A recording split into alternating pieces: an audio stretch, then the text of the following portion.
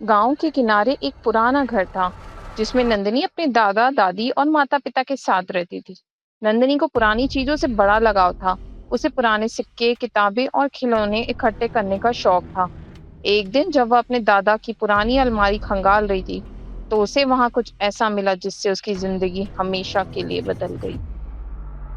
दादाजी, इस अलमारी में इतनी सारी चीजें हैं। क्या मैं इसे खोल सकती हूँ? हाँ बेटा, देख लो, लेकिन वहाँ कुछ खास नहीं है। मुझे देखना है। हो सकता है कुछ मजेदार चीजें मिल जाए। ये देखिए दादाजी, क्या मिला? कितनी सुंदर गुड़िया है। ये गुड़िया बहुत पुरानी है बेटा, इसे मत छेड़ो, इसे यहीं छोड़ दो। दादाजी, ये तो सिर्फ एक गुड़िया है। मैं इसे अपने कमरे में रखूंगी। दादाजी ने उसे चेतावनी दी थी, लेकिन नंदिनी ने उसकी बात पर ध्यान नहीं दिया। उसे नहीं पता था कि यह गुड़िया उसकी जिंदगी में एक नई और डरावनी कहानी का हिस्सा बनने जा रही थी। नंदिनी ने गुड़िया को अपनी अलमारी में रखकर सोने का फैसला किया, लेकिन जैसे जैसे रात गहरी होती गई, अजीब घटनाएं शुरू हो गई। वह नहीं जानती थी कि उसकी साधारण रात एक भयानक अनुभव में बदलने वाली है। कमरे में अंधेरा है। हल्की चांदनी खिड़की से अंदर आ रही है। दीवार पर घड़ी की टिक टिक की आवाज कमरे में गूंज रही है। नंदिनी गहरी नींद में है। अचानक खिड़की के कांच पर जोर की खरोचने की आवाज होती है। इतने में नंदिनी की आंखें खुलती है। ये आवाज कैसी है? खिड़की अपने आप खुलने लगती है। तेज हवा कमरे में घुसती है, जिससे नंदिनी के कमरे का पर्दा उड़ने लगता है। मैंने तो खिड़की बंद की थी। ये कैसे खुल गई? वह धीरे धीरे खिड़की के पास जाती है। जैसे ही वह खिड़की बंद करती है, पीछे से अलमारी से कुछ गिरने की आवाज आती है। वह मुड़कर देखती है। ये क्या गिरा? उसकी अलमारी का दरवाजा थोड़ा सा खुला है। वह डरते हुए अलमारी के पास जाती है। जैसे ही वह दरवाजा खोलती है, अलमारी पूरी खाली नजर आती है, लेकिन निचले कोने में गुड़िया दिखाई देती है, जो पहले से वहां नहीं थी। मैंने इसे अलमारी में ठीक से रखा था। ये यहाँ नीचे कैसे गिर गई? गुड़िया की आंखें चमकने लगती है। उसकी मुस्कान थोड़ी और डरावने दिखने लगती है। नंदिनी डर के पीछे हटती है। तभी कमरे की लाइट अचानक झपकने लगती है। ये क्या हो रहा है? गुड़िया धीरे धीरे अलमारी से बाहर गिरती है और फर्श पर खड़ी हो जाती है। ऐसा लगता है जैसे वह अपने आप चलने वाली हो। नंदिनी चिल्लाने ही वाली थी कि लाइट अचानक बंद हो जाती है। कमरे में घुप अंधेरा हो जाता है। फिर पर्दा उड़ता है और ठंडी हवा का झोंका कमरे में फैल जाता है। नंदिनी अपने बिस्तर पर भागकर रजाई के अंदर छिप जाती है। ये मेरी सिर्फ कल्पना है। ये सिर्फ सपना है। अचानक उसके बिस्तर के पास किसी के कदमों की आवाज आती है। वह रजाई से झांक कर देखती है। गुड़िया बिस्तर के पास खड़ी होती है। उसकी आंखें सीधे नंदिनी की ओर देख रही होती है।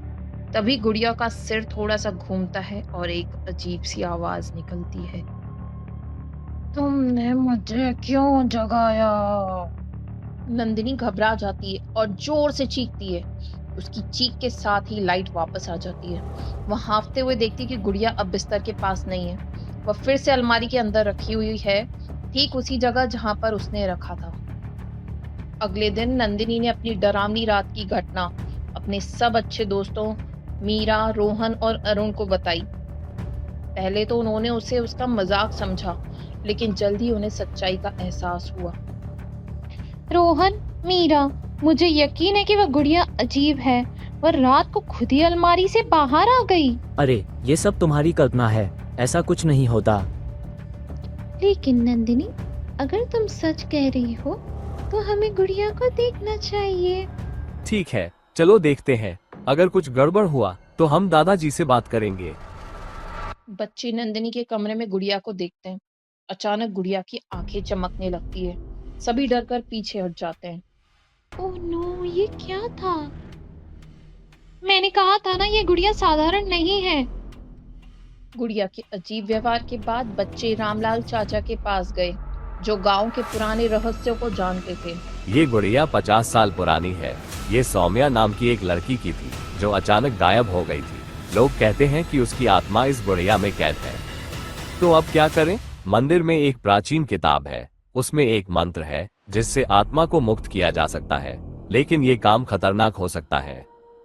रात के अंधेरे में बच्चे मंदिर पहुंचे। मंदिर सुनसान और डरावना था, लेकिन उन्होंने हिम्मत नहीं हारी। यहाँ बहुत अंधेरा है। हमें डरना नहीं चाहिए। हमें सौम्या की आत्मा को मुक्त करना है। चलो हम किताब ढूंढते हैं और मंत्र पढ़ते हैं। मंत्र पढ़ते ही गुड़िया से तेज रोशनी निकली और सौम्या की आत्मा प्रकट हुई। वर्षों से मैं इस गुड़िया में कैद थी, तुमने मुझे मुक्त कर दिया। अब सब ठीक हो गया। गुड़िया को कुएं में डाल दिया गया। बच्चों ने सीखा कि साहस और एकता से हर डर को हराया जा सकता है।